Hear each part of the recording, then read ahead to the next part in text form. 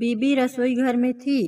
पति तेज आवाज में बोला, सरिता, आज माँ आ रही है, मैं माँ को स्टेशन लेने जा रहा हूँ। इतना सुनते ही सरिता ने माथा सलवटों में भरकर कहा, ले आओ, मैंने कब मना किया है?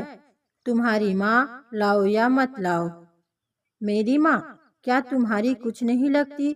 विवेक ने कहा। विवेक सरिता की आंखों से उसके हृदय को पड़ चुका था।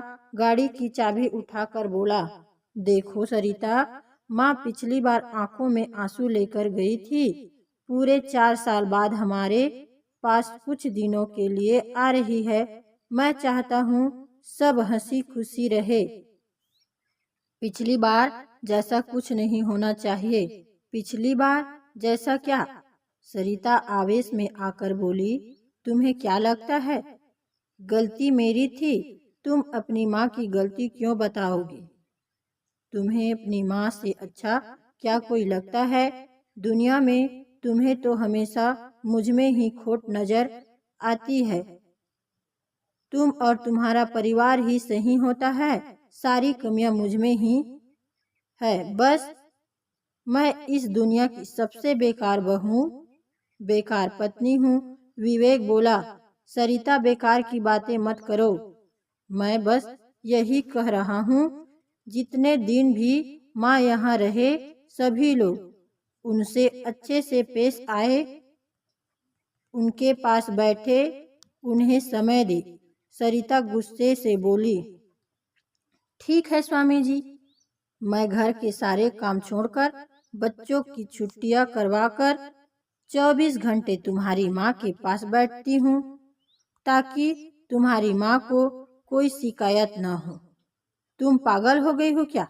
विवेक ने कहा। जो मैं समझाना चाहता हूँ तुम समझना ही नहीं चाहती। सरिता फिर बोली, मैं सब समझ रही हूँ। तुम जो समझाना चाहते हो, पिछली बार भी तुमने सारा लेक्चर मुझे ही दिया था, अपनी माँ को कुछ भी नहीं कहा था। तुम हमारी परवाह ही कब करते हो? मैं और मेरे बच्चे जाए भाड़ में, तुम्हें तो अपने परिवार वाले चाहिए। चाबी मेज पर फेंक कर विवेक गुस्सा से बोला, तो यह सब मैं किसके लिए कर रहा हूँ? मेरी एक ही बहन है, उससे मिले हुए भी 2-2 साल हो जाते हैं। बाबूजी के जाने के बाद माँ गांव में अकेली रह गई, लेकिन मैं यही नहीं ला सका ताकि तुम लोग के जीवन में कोई डिस्टर्ब न हो।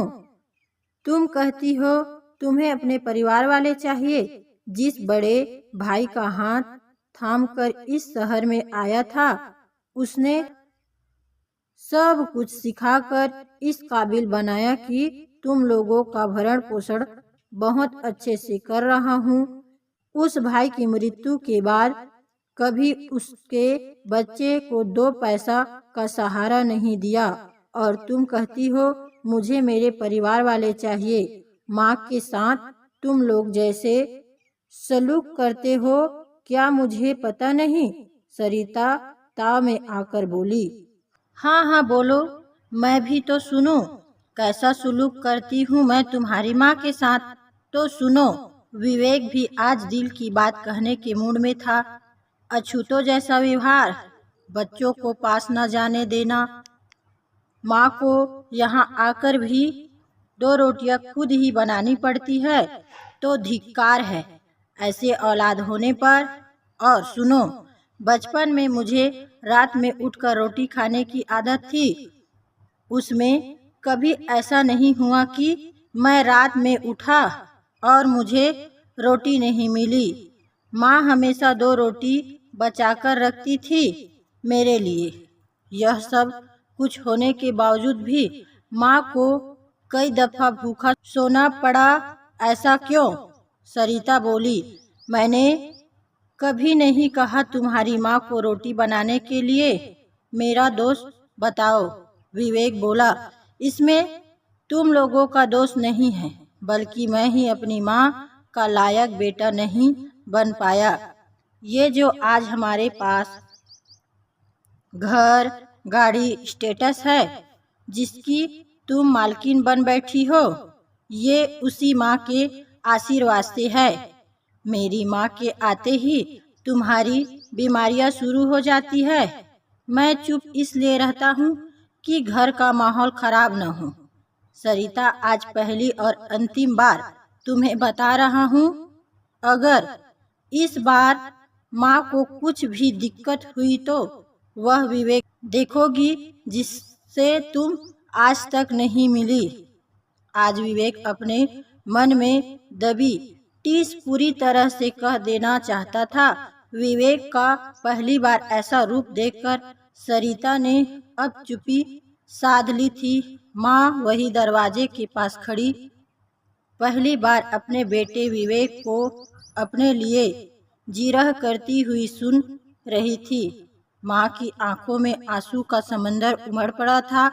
माँ ने खुद को संभालते हुए दरवाजा खटखटाया तो देखा कि पूरे घर में अजीब सा सन्नाटा पसारा हुआ है। विवेक ने अपने विवेक से सब कुछ बदल कर रख दिया। आज माँ को पहली बार लग रहा था कि मैं अपने बेटे के घर आई हूँ। प्लीज़ सब्सक्राइब कर मेरे चैनल वॉइस ऑफ नंदिनी को सपोर्ट अवश्य करें। धन्यवाद।